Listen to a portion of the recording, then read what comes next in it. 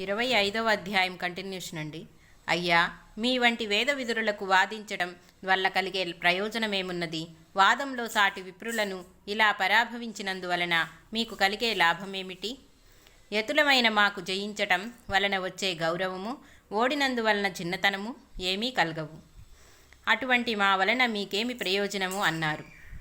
అందుకు వారిద్దరూ, అలా అయితే ఇంతకు ముందటి పండితులందరూ ఇచ్చినట్లు త్రివిక్రముడు జయపత్రం ఇవ్వక మమ్మల్ని ఇక్కడికి ఎందుకు తీసుకువచ్చాడు?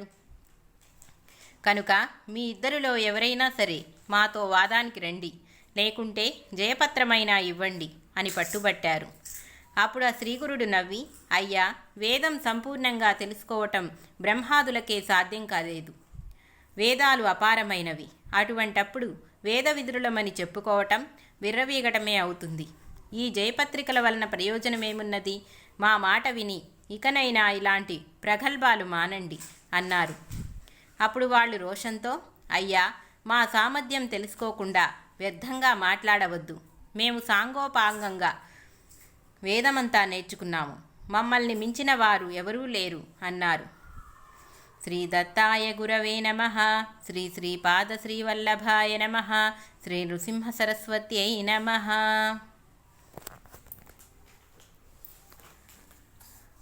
శ్రీ గురుచరిత్ర అధ్యాయం 26. శ్రీ గణేశాయ నమః. శ్రీ సరస్వత్యై నమః. శ్రీ గురుభ్యో నమః. నామధారకుడు పట్టరాని ఉచ్చకతో, స్వామి, శ్రీగురుడు విద్యావంతులైన ఆ మూర్ఖులను ఎలా సమాధానపరిచారు అని అడిగారు. అందుకు సిద్ధముని ఇలా చెప్పారు. శ్రీగురుడు కొంచెం తీవ్రమైన కంఠంతో ఆ మూఢులకిలా బోధించారు. నాయనలారా, మీరు ఈ విధంగా మాట్లాడటం దుస్సాహసమే అవుతుంది. ఎవరైనా వేద విదురులమనుకోవటం దురహంకారమే. వేదాల లక్ష్యం పరమార్థమే గాని ధనము, కీర్తి, అహంకారము కాదు. సమదర్శనమే పండిత లక్షణం. నిజానికి వేదాలను సంపూర్ణంగా తెలుసుకున్న వారెవరూ లేరు. వేదము ఆద్యాంతరహితము, అపారము. దానిని పూర్తిగా తెలుసుకొనటం బ్రహ్మదేవునికే సాధ్యపడలేదు. పూర్వం భరద్వాజ మహర్షి వేదాన్ని సంపూర్ణంగా అధ్యయనం చేయదలిచి బ్రహ్మచర్యం అవలంబించి బ్రహ్మదేవుని వరంతో 3 సార్లు దీర్ఘాయువు పొందారు. 4 యుగాలు 5,000 సార్లు పునరావృత్తమైతే బ్రహ్మకొక పగలు. అటువంటి పూర్వం భరద్వాజ మహర్షి బ్రహ్మచర్యంతో 3 బ్రహ్మ దివాసాలు గురువు వద్ద వేదం నేర్వటానికి చాలక తపస్సు చేస్తే బ్రహ్మ సాక్షాత్కరించి, వేదం పూర్తిగా నాకే తెలియదు, నీకు వేదరాశిని చూపుతాను చూడు అని చెప్పి కోటి సూర్యుల కాంతితో వెలిగిపోతున్న మేరు పర్వతాల వంటి అపారమైన వేదరాశులను చూపాడు. భరద్వాజుడది చూచి భయపడి, అయ్యో, నేనింతకాలం పఠించిన వేదమంతా కలిసి ఇందులో ఒక్క పిడికడైనా లేదే. వేదమంతా అధ్యయనం చేయటం ఎన్ని కల్పాలకైనా సాధ్యమవుతుందా అని తలచి, నాకు అవసరమైనది మీరే నిర్ణయించి ప్రసాదించండి అన్నాడు. అప్పుడు బ్రహ్మ అనంతమైన ఆ వేదరాశి నుండి 3 పిడికిళ్ళు తీసి అతనికి ప్రసాదించి, ఇదంతా అధ్యయనం చేసే వరకు నీవు దీవించువుగాక అని వరమిచ్చాడు. కానీ ఆ 3 పిడికిళ్ళ వేదము అధ్యయనం చేయటమే అతనికి ఇంతవరకు పూర్తి కాలేదు. కనుక సాక్షాత్తు నారాయణుడే బాదరాయణుడుగా అవతరించి వేదాన్ని 4 భాగాలుగా విభజించి వాటిని పైలుడు, వైశంపాయుడు, జైముని, సుమంతుడు అను శిష్యులకు ఒక్కొక్కరికి వేదం చొప్పున తెలిపాడు. వారు కల్పాంతం వరకు అభ్యసించి కూడా వాటిని పూర్తిగా తెలుసుకోలేకపోయారు. అటువంటప్పుడు అల్పాయుష్కులైన మీరు 4 వేదాలను సంపూర్ణంగా అధ్యయనం చేశామనుకోవటం ఎంత తెలివి తక్కువ. వేదమంతా నేర్వగలగటం ఏ ఒక్కరికి సాధ్యం కాదు. కనుకనే వ్యాసుడు దానిని 4 భాగాలుగా విభజించాడు. ఋగ్వేదాన్ని పైలుడనే శిష్యునికి బోధించి దానిని ధ్యానించడానికై దానిని గురించి ఇలా చెప్పాడు.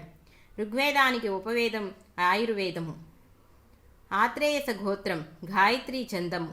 ఋగ్వేదానికి అధిదేవత బ్రహ్మ, ఎర్రని వర్ణము, తామర రేకుల వంటి కళ్ళు, సుస్పష్టమైన కంఠము, గిరజాల జుట్టు, వంక మీసము కలిగి 2 మూరెల పొడవైన దేహము కలిగి ఉంటాడు.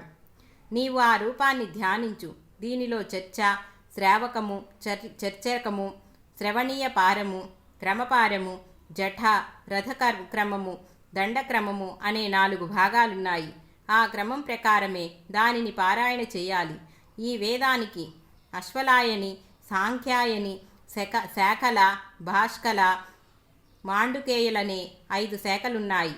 వాటిని ఆనాడు వ్యాసుడు పైలునికి చెప్పాడు. కానీ ఈనాడు వాటిని సంపూర్ణంగా చదివిన వారెవరు?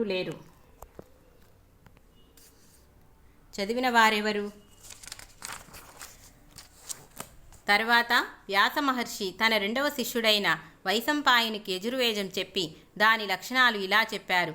యజుర్వేదానికి ఉపవేదము ధనుర్వేదము, భారద్వాజ సగోత్రము, ఛందస్సు, దీనికి రుద్రుడు అధిదేవత. సన్నగా నుండి చేతిలో కపాలం ధరించి సుమారు 5 మూరలు పొడవున్న తామ్రవర్ణ శరీరం కలిగి ఉంటాడు.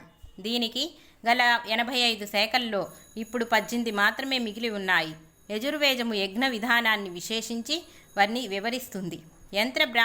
మంత్రబ్రాహ్మణ సంహిత అనేది దీనికి మూలము. ప్రతి పదము, అనుపదము, ఛందస్సు, భాష, ధర్మము, మీమాంస, న్యాయము, తర్కము అనే 8 దీనికి ఉపాంగాలు. శిక్ష, కల్పము, వ్యాకరణము, నిరుక్తము, ఛందస్సు, జ్యోతిషము అనే 6 అంగాలు దీనికున్నాయి. ఇంత విస్తారమైన ఈ యజుర్వేదాన్ని వైశంపాయనునికి వివరించి చెప్పి వేదవ్యాసుడు 3వ శిష్యుడైన జైమునికి సామవేదాన్ని ఇలా వివరించాడు. దీనికి ఉపవేదము గంధర్వము, విష్ణువు అధిదేవత, జగతి ఛందస్సు, కాశ్యపన గోత్రము. దీని ధ్యేయమూర్తి మెడలో పూలదండ, మొలకు తెల్లని వస్త్రము, చర్మము, దండము ధరించి 6 మూరల పొడవు కలిగి ఉంటాడు. ఆయన శరీరాచ్ఛాయ తెలుపు, శమము, దమము మొదలైన దైవీ సంపద గలవాడు. సామవేదానికి 1000 శాఖలున్నాయి. ఇట్టి సామవేదాన్ని పూర్తిగా పఠించిన వారెవ్వరూ లేరు. వ్యాసమహర్షి సుమంతుడనే శిష్యునికి అధర్వణ వేదం చెప్పి దీనికి అస్రరూపం ఉపవేదము, గోత్రము వైజానకము, ఇంద్రుడు అధిదేవత, ఛందస్సు. అధర్వణ వేదపురుషుడు తీక్షణమైన ఆకారము, నల్లరి వర్ణము గల కామరూపుడు, ఏకపత్ని వ్రతుడు, 7 మూరల పొడవు. ఈ వేదానికి 9 శాఖలు, 5 కల్పాలు ఉన్నాయి. పూర్వం అన్ని వేదాలను సాంగోపాగంగా నేర్వగల యోగ్యత గల వర్ణాశ్రమ చార నిరతులెందరో భరతభూమిలో ఉండేవారు. కనుకనే వేదాలన్నీ నిలువగలిగాయి. ఈ కలియుగంలో బ్రాహ్మణులు కర్మభ్రష్టులవుతున్నారు కనుక ఈ మంత్రాలలో శక్తి లోపిస్తున్నది.